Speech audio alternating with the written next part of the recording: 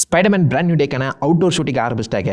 இதில் கண்டிப்பாக ஸ்பைடர்மேனுக்கான அந்த ப்ராக்டிகல் சூட் எல்லாமே லீக் ஆகிடும் தெரிஞ்சுக்கிட்டு தான் சோனி முன்னாடியே வந்து பார்த்தீங்கன்னா 2 டீசர் வந்து ரிலீஸ் பண்ணியிருந்தான். ரெண்டுத்தையுமே கருப்பான இடத்துல இருட்டாவே வச்சு மறைச்சிடலாம் அப்படின்னு நினச்சிட்டு இருந்தா போல. தக்காளி நாங்கள் இருக்க வரைக்கும் நீங்களாம் மறைக்க முடியாதுங்கிறதுக்கேற்ற மாதிரி இந்த பக்கம் நம்ம ஸ்பைடர்மேன் டே லைட்டில் அவருடைய ப்ராக்டிகல் சூட்டை போட்டு செய்யக்கூடிய சாகசங்கள் எல்லாத்தையுமே பட்டுன்னு ஃபோட்டோ எடுத்து ஃபேன்ஸ் வந்து ரிலீஸ் பண்ணிட்டு இருக்காங்க. அந்த இடத்துக்கே போய் கும்பலாக உட்காந்து படம் பார்த்துட்டு இருக்காங்கன்னு சொல்லலாம். இருட்டில் பார்த்ததை விட வெளிச்சத்தில் இந்த சூட் சூப்பராக இருக்குங்க. ப்ராக்டிகல் சூட் அல்டிமேட்டாக புல் ஆஃப் பண்ணியிருக்காங்க. கண்டிப்பாக இந்த இடத்துல நிறைய பேருக்கு இந்த டாமலன் கொஞ்சம் குண்டா இருக்க மாதிரி இல்லைனா ஃபிட்டா இல்லாத மாதிரி தெரியும். எல்லாத்தையுமே விஎஃப்எக்ஸ்ல மாத்திடுவாங்க, கவலைப்படாதீங்க. நல்லா இருக்கு சூட், உண்மையிலே சூப்பரா இருக்கு. ஆனா நிறைய பேருக்கு அந்த கையில இருக்க வெப் ஷூட்டர்ஸ் மட்டும் கண்ணு உடுத்தும் தோணுது. பாத்ரூம்ல இருக்க தாழ்பால் மாதிரி ஒரு வெப் ஷூட்டரா இருக்கேடா, இவ்வளவு பெருசா இருக்கே நீங்க யோசிக்கிறதுன்னு புரியுது. அது ஜூம் பண்ணி பார்த்தா உள்ள 4 கம்பார்ட்மெண்ட் இருக்கு. ஸோ பாசிபிளி 4 வெப் கேரக்டர்ஸ் வைக்கக்கூடிய இடமா இருக்கணும். இதுக்கு முன்னாடி ஹோம் கமிங்லேயே அவர் கொஞ்சம் ஸ்லீக்கான ஒரு வெப் ஷூட்டர்ஸ் தான் யூஸ் பண்ணிட்டு இருந்தாரு. இங்கேயே இவ்வளவு பெருசா காமிச்சிருக்காங்க. மேபி அடிஷனல் ஃபங்க்ஷன் இந்த வெப் ஷூட்டர்ஸ்க்கு இருக்கும்னு நம்புறேன். ஏன்னா 1-2 வில்லன்களா வராங்க, ஹல்க்கு கூட சண்டை போடுறேன்னு சொல்லிட்டு இருக்காங்க. வெப் ஷூட்டர்ஸ் கொஞ்சம் பெருசாக தான் இருக்கு.